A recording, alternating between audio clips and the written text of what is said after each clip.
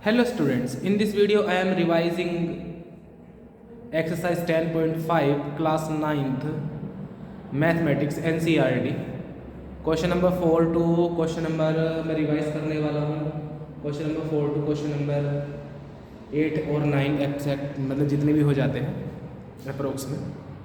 चलिए question number 4 बोलता है मेरा in figure angle A B C equal to 69 degree, angle A C B equal to 31 degree, find angle B D C. मुझे angle B D सी की value find करनी है।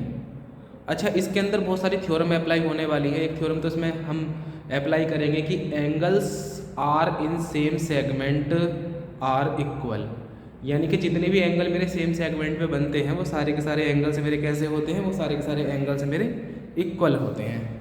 चलिए अब क्वेश्चन नंबर 4 पे देखो जरा। Question number A B C पे फोकस कर लो। एंगल ए बी सी जो है, एंगल ए बी सी जो है मेरा कितने डिग्री का है, वो मेरा 69 डिग्री का है। चलिए देखो angle A C A B C, angle A B C मेरे कितने डिग्री का है, मेरा ये जो मेरा एंगल है मेरा कितने डिग्री का है, 69 डिग्री का है। और एंगल ए सी बी जो है मेरा कितने डिग्री का है, वो मेरा 31 डिग्री का है। और मुझे कौन सा एंगल फाइंड करना है, एंगल बी डी सी, मुझे ये वाला एंगल फाइंड करना है। तो आप नोटिस करते हो कौन से ट्रायंगल में, in triangle A B C, triangle A B C के अंदर तो ये वाला एंगल प्लस ये वाला एंगल प्लस ये वाला एंगल, तीनों एंगल का सम कितने डिग्री का होता है, 180 डिग्री का होता है। चलिए तो क्या हो जाएगा फिर, 69 degree plus 31 degree plus angle B A C equal to कितने डिग्री हो जाएगा मेरा, 180 डिग्री। इन दोनों एंगल को सम करो कितना हो जाता है मेरा, 100 डिग्री है ना। 100 plus angle B A C equal to कितना, 180 डिग्री। अभी प्लस वाला तरफ कहाँ चला जाएगा, माइनस में चला जाएगा। तो एंगल बी ए सी की वैल्यू मेरी कितनी आ जाती है, एंगल बी ए सी की वैल्यू मेरी कितनी आ जाती है, मेरी 80 डिग्री मेरी वैल्यू आ जाती है।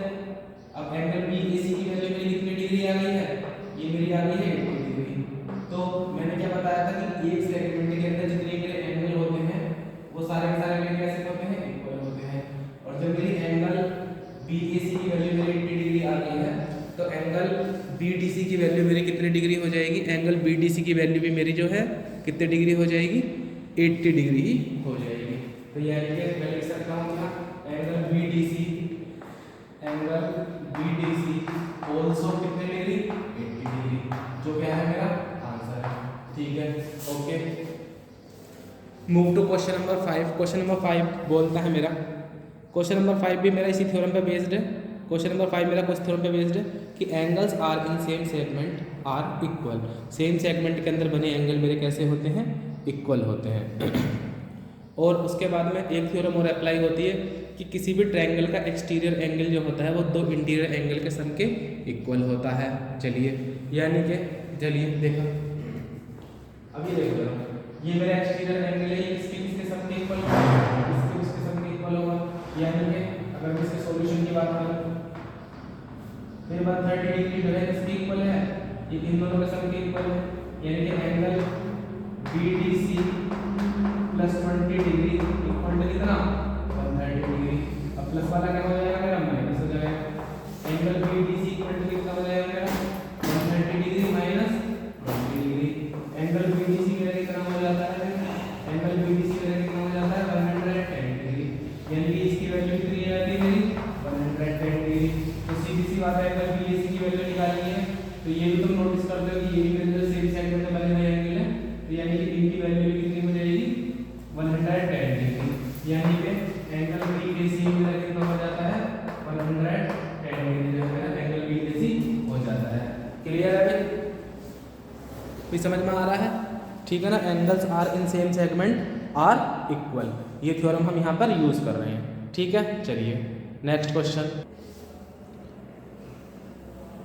ABCD is a cyclic quadrilateral whose diagonals intersect at a point E. If angle DBC equal to 70 degree, angle BAC is 30 degree. Find angle BCD. Further, if AB equal to BC, find angle E C D.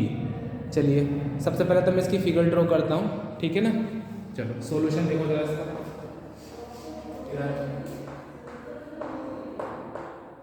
A B C D is a cyclic quadrilateral. A B C D क्या है मेरा cyclic quadrilateral है। तो सबसे पहले मैं एक cycle बनाता हूँ, यानी एक सर्कल बनाता हूँ, और इसके अंदर जो है एक cyclic quadrilateral A B C D जो है मैं क्या करता हूँ, ड्रॉ करता हूँ। ये मैंने साइक्लिक क्वाड्रिलेटरल ड्रॉ करा है।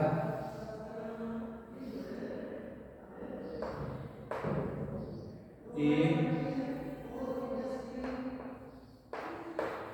बी सी डी, और ये क्या होता है, whose diagonals intersect at E। इसके डायगोनल्स किस पे इंटरसेक्ट करते हैं, पॉइंट E पे इंटरसेक्ट करते हैं। चलिए पॉइंट E पे मेरे डायगोनल जो है क्या कर रहे हैं, इंटरसेक्ट कर रहे हैं। Angle DBC, DBC is 70 degree, this is 70 degree। Angle BAC, angle BAC is what, 30 degree. Find angle BCD, BCD को फोकस करो जरा, मेरा BCD कहाँ पर है, मेरा BCD कहाँ पर है,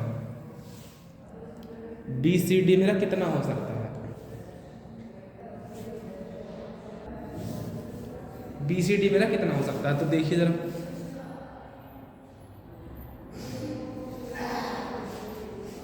अब नोटिस कर दो, देखो ये मेरा जो इस सेगमेंट से यहाँ पे कितने डिग्री का एंगल बनना है, 30 डिग्री का एंगल बनना है। तो इस सेगमेंट से ये वाला एंगल मेरा कितने डिग्री का होगा, 30 डिग्री का होगा। ये वाला एंगल मेरा कितने डिग्री का होगा, 30 डिग्री का होगा। मैं लिख सकता हूँ क्या, angle BDC equal to what, 30 degree. ये मेरा एंगल 30 डिग्री का हो गया। चलिए उसके बाद इन सॉरी ट्रायंगल फोकस करो, in triangle BCD, triangle BCD को फोकस करो। तो जब मैं ट्रायंगल BCD पे अगर फोकस करता हूँ तो BCD तुम क्या नोटिस करते हो, एक एंगल मेरा 70 डिग्री है, एक एंगल मेरा 30 डिग्री है। तो भाई ये तो कमाल हो गया। ये कितने डिग्री का बचेगा, 80 डिग्री का बचा। क्यों बचा 80 डिग्री का, क्योंकि सारे के सारे जितने मेरे ट्रायंगल्स होते हैं उनके सभी एंगलों का सब कितने डिग्री होता है, 180 डिग्री। यानी कि 70 plus 30 plus angle BCD equal to what, 180 degree. अब यहाँ से एंगल BCD की वैल्यू निकाली जा सकती है, बिल्कुल निकाली जा सकती है। कितने डिग्री दे रहेगी वैल्यू मेरी, 180 डिग्री दे रहेगी। ये मेरा आंसर हो गया। अब बोलता है कि further AB equal to BC हो, यानी कि AB और BC आपस में इक्वल हो, तो मुझे कौन से एंगल फाइंड करना है, ECD, ECD यानी कि ये वाला एंगल फाइंड करना है। अच्छा तो क्या हो जाता है, अभी जब मेरे ये दोनों एंगल इक्वल हो जाते हैं तो मेरा वाला एंगल जो है ये वाला एंगल, ये मेरे कितने डिग्री का हो जाएगा, इक्वल एंगल हो जाएंगे, है ना। इफ AB किसके इक्वल है मेरा, BC के, तो एंगल BAC इक्वल हो जाता है किसके, एंगल BCA के। क्यों, क्योंकि भाई थ्योरम होती है अपनी कि इक्वल एंगल के, इक्वल साइड्स के अपोजिट एंगल भी मेरे कैसे होते हैं, वो इक्वल होते हैं। तो यानी कि अगर वो 30 डिग्री है तो वो भी मेरा कितने डिग्री हो जाएगा, 30 डिग्री हो जाएगा। यानी कि एंगल BCA भी मेरा कितने डिग्री हो जाएगा, 30 डिग्री हो जाएगा। जब ये मेरा 30 डिग्री आ गया और ये कंप्लीट मेरा 80 डिग्री है, तो फिर मेरा ये वाला एंगल कितने डिग्री का बचा, बताओ चलो। एंगल BCD की वैल्यू कितनी डिग्री बची, अब आप ये बोलोगे कि सर माइनस कर दो, भाई ये कंप्लीट 80 है, ये वाला 30 है, ये वाला कितना बचा मेरा, 50 बचा। तो 80 degree minus 30 degree equal to what, 50 degree. ठीक है, चलिए हो गया क्वेश्चन सोल्व, इजी क्वेश्चन था, है ना। अगर थ्योरम आपको थ्योरम्स पता है तो क्वेश्चन करने से आपको कोई नहीं रोक सकता, आप क्वेश्चन का सॉल्यूशन चुटकियों में करेंगे। ठीक है भाई, okay. Yes, question number 7 is if diagonals of a cyclic quadrilateral are diameters of the circle through the vertices of the quadrilateral, prove that it is a rectangle। तो भाई ये बात आप अच्छी तरह से जानते हैं कि जो मेरा रेक्टेंगल होता है उसके जो डायगोनल्स होते हैं वो इक्वल होते हैं, और आप ये भी अच्छी तरह से जानते हैं कि सर्किल का जो सर्कल का जो डायमीटर होता है उसको हम कहीं से भी नापें तो वो सेम ही आता है। तो ये तो अब मैं इसकी पहले फिगर ड्रॉ करता हूँ। देखो, if diagonals of a cyclic quadrilateral are diameter, बोला है कि जो मेरा साइक्लिक क्वाड्रिलेटरल है उसके जो डायमीटर है वो क्या है, उसके साइक्लिक क्वाड्रिलेटरल के जो मेरे डायगोनल्स है वो डायमीटर में ले लेता हूँ, लेकिन डायमीटर में ले लिए। अब ये किसके वर्टेक्स थे, साइक्लिक क्वाड्रिलेटरल के। तो मैं इन्हें ड्रॉ करता हूँ तो मेरा रेक्टेंगल नहीं बनेगा, ये मेरा रेक्टेंगल नहीं बनेगा, क्योंकि क्या नाम है, डायगोनल्स किसके सेम होते हैं, किसके इक्वल होते हैं, रेक्टेंगल या तो स्क्वायर के मेरे इक्वल होंगे डायगोनल, या मेरे उसके रेक्टेंगल के इक्वल होंगे। तो रेक्टेंगल तो मेरा प्रूव हो ही चुका है आराम से, है ना। Of the circle through the vertices of the quadrilateral prove that it is the rectangle. तो रेक्टेंगल मुझे प्रूव करना है। तो भाई ये मेरे इक्वल है आराम से, ये जो है मेरे डायगोनल्स जो मेरे इक्वल है। Since diagonals of quadrilateral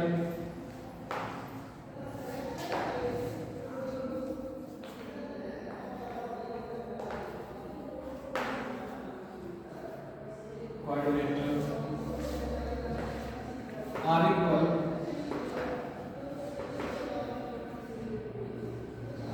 so it is a rectangle। ये रेक्टेंगल है, आपको और कुछ लिखने की आवश्यकता नहीं है, क्योंकि रेक्टेंगल के डायगोनल ही आपस में क्या होते हैं, इक्वल होते हैं, है ना। अदरवाइज अगर आपका मन ये बोल रहा है कि सर 90 डिग्री एंगल दिखाना चाहते हैं तो भी 90 डिग्री एंगल भी आप कर सकते हैं, है ना। आप देख सकते हैं कि सेमी सर्कल के अंदर मेरा एंगल बनता है, सेमी सर्कल के अंदर मेरा एंगल बनता है, मेरा कौन सा एंगल बनता है, सेमी सर्कल के अंदर, सेमी सर्कल के अंदर मेरा 90 डिग्री का मेरा एंगल बनता है। तो ये मेरा 90 डिग्री हो जाएगा, ठीक है ना। Angle BCB equal to 90 degree, 90 degree angle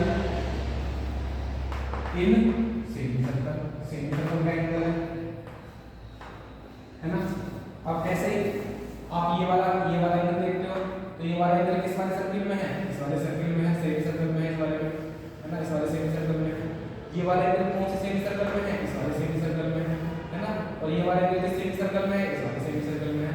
तो चारों के चारों एंगल कितने डिग्री के हो रहे हैं, 90 डिग्री के हो रहे हैं। तो आप देख सकते हो एंगल DCB या angle C equal to 90 degree, angle B equal to 90 degree, angle semicircle, angle C हो गया मेरा, B हो गया मेरा, और मेरा ये गया मेरा, ये भी 90 डिग्री है, और एंगल D भी 90 डिग्री।